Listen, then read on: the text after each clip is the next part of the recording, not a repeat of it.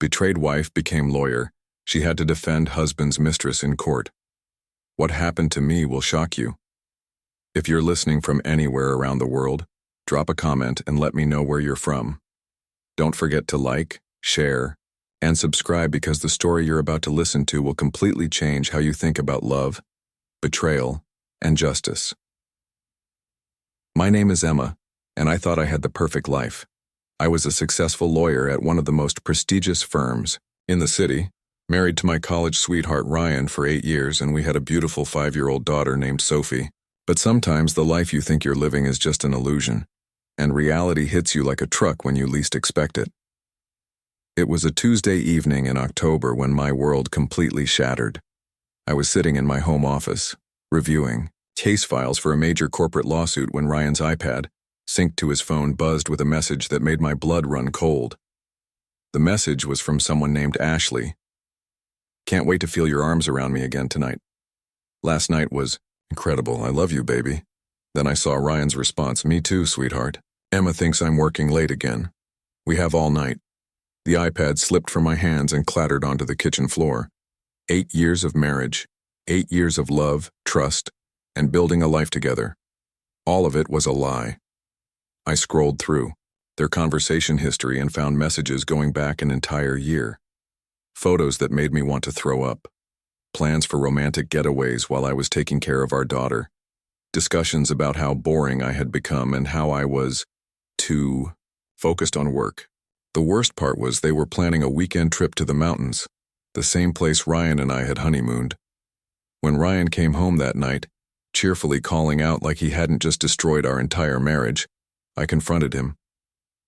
His face drained of color instantly when I asked, "Who is Ashley?" and held up the iPad showing his messages. For a moment, we just stared at each other in complete silence. Then something in his expression changed. The guilt was replaced by something colder, more calculating. Instead of apologizing, Ryan tried to justify his actions. He claimed things between us hadn't been good for a long time, that I was always working and focused on my career more than being his wife. He said Ashley understood him in ways I never had, that she made him feel appreciated while I made him feel like a failure. When I asked how long the affair had been going on, he casually replied, "A year, maybe a little more." A full year of lies while I celebrated our anniversary and planned our daughter's birthday parties, completely oblivious to his betrayal. The cruelty in his words took my breath away. This wasn't the man I married. This was a stranger who was casually destroying our marriage like it meant nothing. When I told him to leave, he showed no remorse, only saying, "Maybe this is for the best. We haven't been happy for a long time." Those words hit me like a physical blow.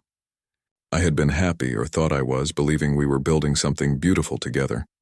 But Ryan's final devastating admission came when he said, "For what it's worth, Emma, I never meant for it to happen this way," followed by my realization that he wasn't sorry it did.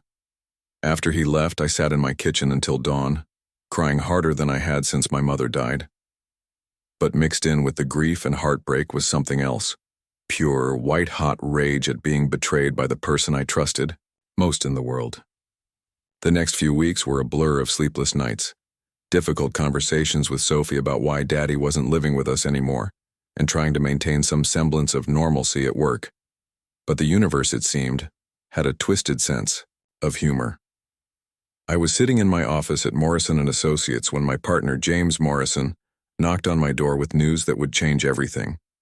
We had been assigned a new high-profile case, embezzlement and corporate fraud. The defendant was accused of stealing over $2 million from her employer over 18 months. James looked uncomfortable as he delivered the shocking news. The defendant's name is Ashley Chen. She works at Sterling Marketing Group, Ryan's company. The woman who had destroyed my marriage now wanted me to save her from prison.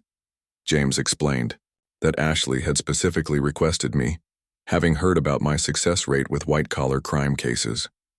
She was willing to pay triple our usual rate. The firm needed this case financially, and James believed I needed the distraction. The irony was almost too much to bear. The woman who had stolen my husband now wanted me to save her career and freedom. But I realized this was an opportunity to prove I could separate my personal feelings from my professional obligations. When I met Ashley Chen for the first time in our conference room, she was nothing like I had imagined. Instead of some sultry, manipulative woman, Ashley was petite, nervous, and looked more like a scared college student than a corporate embezzler or homewrecker. Her eyes were red-rimmed from crying, filled with the same kind of pain I had been carrying. This wasn't the confident, victorious other woman I had expected. This was someone who looked just as broken as I felt. What Ashley told me during that first meeting turned everything upside down. She revealed that Ryan was the reason she was in this mess. He had told her the company owed her money, that there were bonuses and overtime payments lost in the system that she deserved. He had shown her how to access the accounts and transfer the money, claiming it was hers by right. Ashley had recordings of their conversations where Ryan's voice clearly instructed her to take the money, assuring her it wasn't stealing, but claiming what she'd earned. The picture that emerged was devastating. Ryan hadn't just been having an affair. He had been manipulating Ashley into committing crimes. He had promised they would run away together once she had enough money saved up. But when the FBI showed up at her apartment, Ryan had already distanced himself, claiming the affair was over and denying any knowledge of the financial crimes. Ashley had been used as a pawn in Ryan's scheme, receiving only about $50,000 while Ryan controlled offshore accounts containing over $3 million. As I studied the evidence, I realized Ryan had been planning this scheme for over a year, using his affair with Ashley as both cover and method for moving stolen money. But the most shocking discovery came when I found that some of the account numbers looked familiar. I had seen them in Ryan's home office on documents he claimed were legitimate business investments.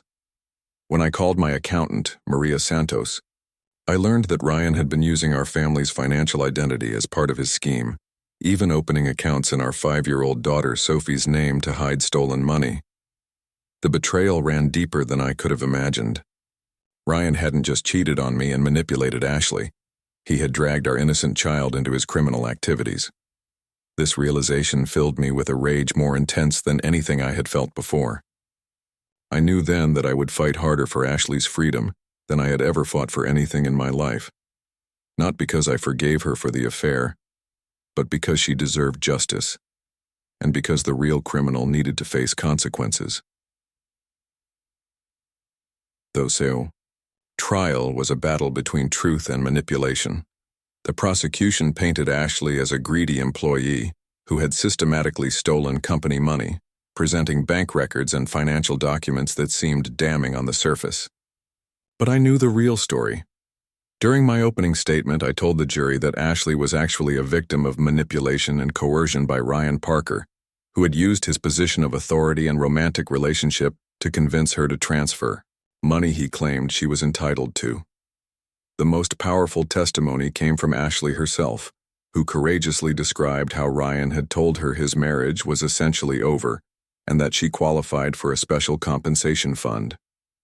She played recordings of Ryan instructing her on accessing company accounts, his voice clearly explaining the process while assuring her everything was legal.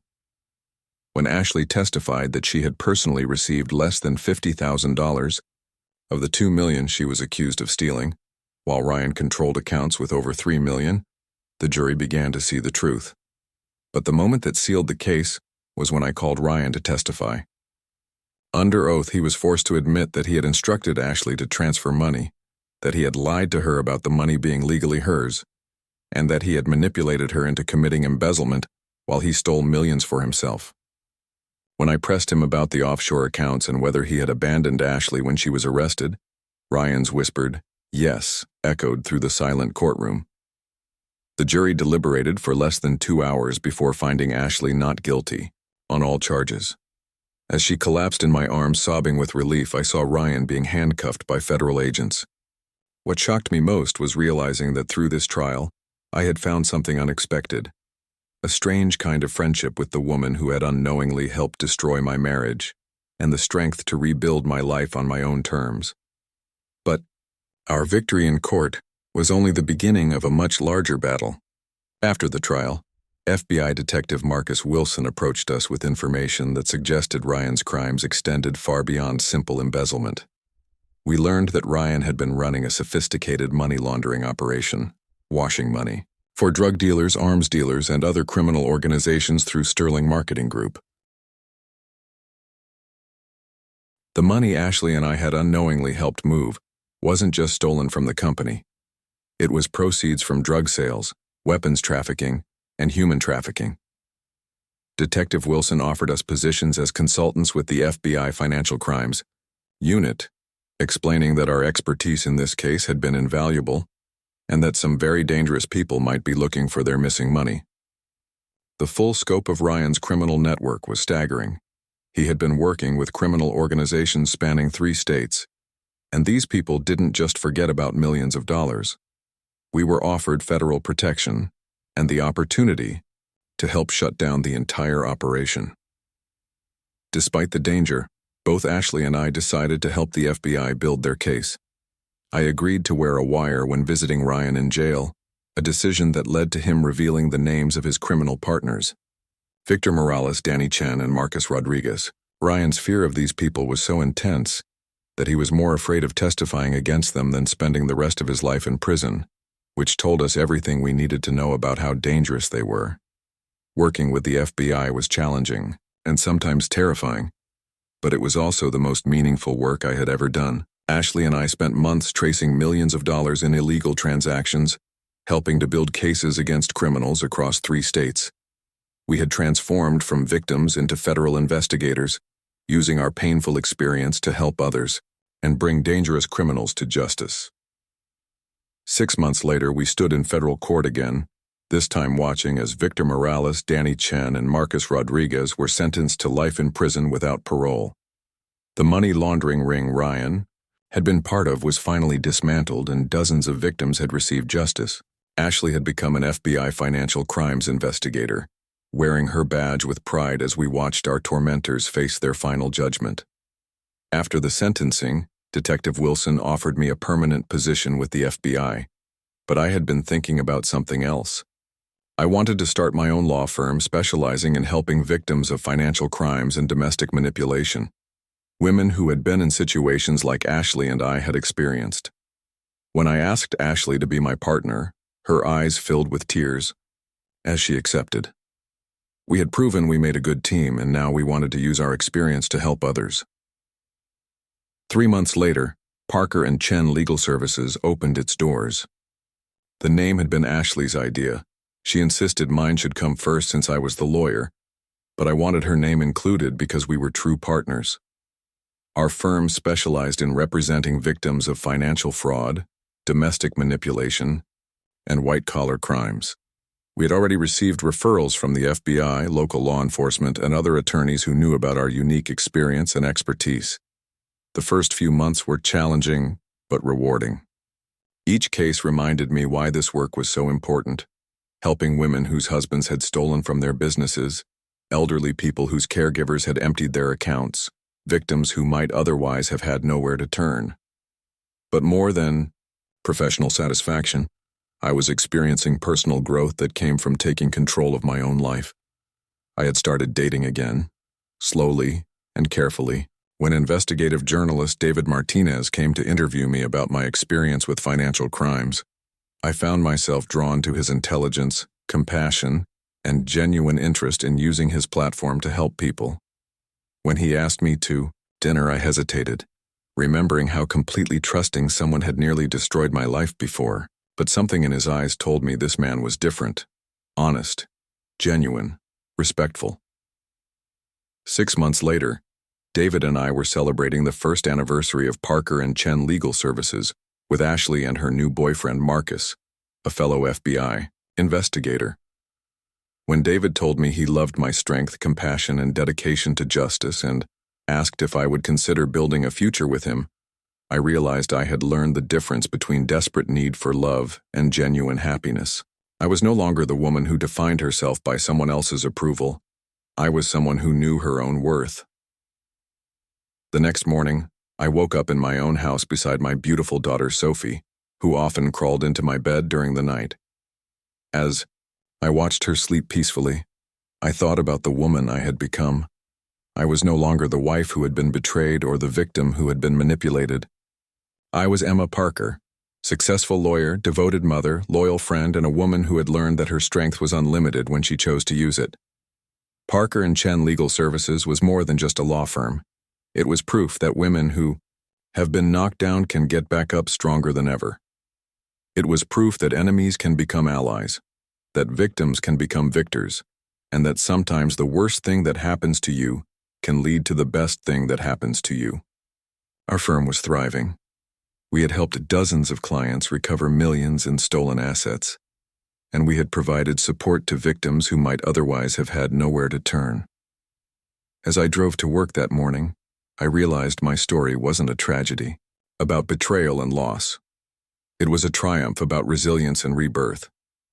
It was a love story, not about romantic love, but about learning to love yourself enough to demand better, to fight back, and to never give up. I had learned that healing doesn't mean building walls, it means building wisdom. I had discovered that my worth wasn't defined by my marriage or anyone else's opinion of me, and that strength isn't about never falling down, it's about getting back up every time you fall. I had chosen to respond to betrayal with courage, with justice, and with love. Love for myself, love for my daughter, love for our clients, and love for the new life I had built from the ashes of the old one. What started as the worst betrayal imaginable had transformed into purpose, strength, and the knowledge that no matter what life throws at you, you have the power to choose how you respond. If my story has inspired you, please like, share, and subscribe to hear more incredible true stories. Comment below and tell me, what's the biggest challenge you've overcome in your life and how did it change you for the better? I read every comment, and your stories inspire me to keep sharing. Don't forget to hit that notification bell so you never miss when I post new content about resilience, justice, and the power of never giving up.